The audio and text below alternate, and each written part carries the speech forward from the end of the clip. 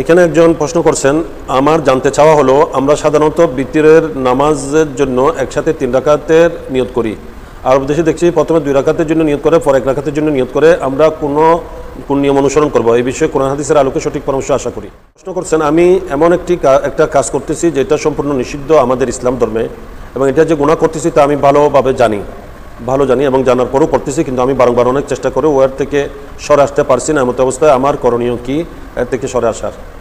অনেকে নামাজের বৈঠকে তাশাহুদ পড়ার পর এবং দরুদ ইব্রাহিমি পড়ার পর অনেকে দোয়া মাসুরা জানি না। এখানে দোয়া মাসুরার জায়গায় রব্বানা আতিনা ফিদ দুনিয়া হাসানাতাও ওয়া ফিল আখিরাতি হাসানাতাও ওয়া কিনা আযাবান নার পড়ে থাকি, তাহলে কি নামাজ পড়া শুদ্ধ হবে?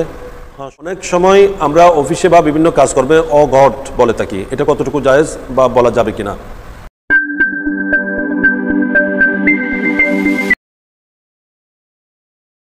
এখানে আরেকজন প্রশ্ন করছেন, আমি এমন একটা কাজ করতেছি যেটা সম্পূর্ণ নিষিদ্ধ আমাদের ইসলাম ধর্মে, এবং এটা যে গুনাহ করতেছি তা আমি ভালোভাবে জানি এবং জানার পরও করতেছি, কিন্তু আমি বারংবার অনেক চেষ্টা করে ওর থেকে সরে আসতে পারছি না। এমত অবস্থায় আমার করণীয় কি এর থেকে সরে আসার?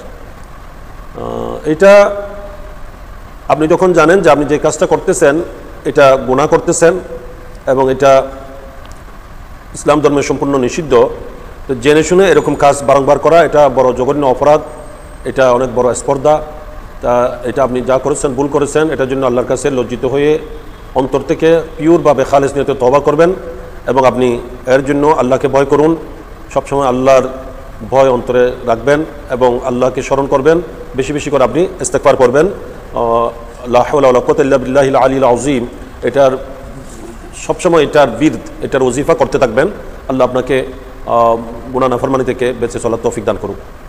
আমরা অনেকে নামাজের বৈঠকে তাশাহুদ পড়ার পর এবং দরুদ ইব্রাহিমি পড়ার পর অনেকে দোয়া মাসুরা জানি না। এখানে দোয়া মাসুরার জায়গায় রব্বানা আতিনা ফিদ দুনিয়া হাসানাতাও ওয়া ফিল আখিরাতি হাসানাতাও ওয়া কিনা আযাবান নার পড়ে থাকি, তাহলে কি নামাজ পড়া শুদ্ধ হবে? হ্যাঁ, শুদ্ধ হবে, তবে যে দোয়া মাসুরাগুলা এসেছে এগুলা শিখে নেওয়াটাই উত্তম হবে।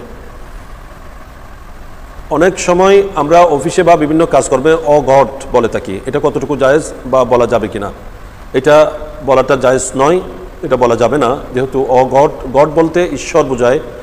যারা গড বলে তারা আমরা যে মহান সৃষ্টিকর্তা আমাদের প্রভু আল্লাহ তাআলাকে আমরা জানি, বিশ্বাস করি। সে আল্লাহর যে সমস্ত গুণাবলী, এরা যে গড মানে সেই গডের গুণাবলী এক নয়। তারা তাদের সে ঈশ্বর বা গড তার জন্ম তারিখ মানে সে জন্ম হয়েছে মনে করে, এই ধরনের অনেক ধরনের তাদের ভুল ধারণা আছে।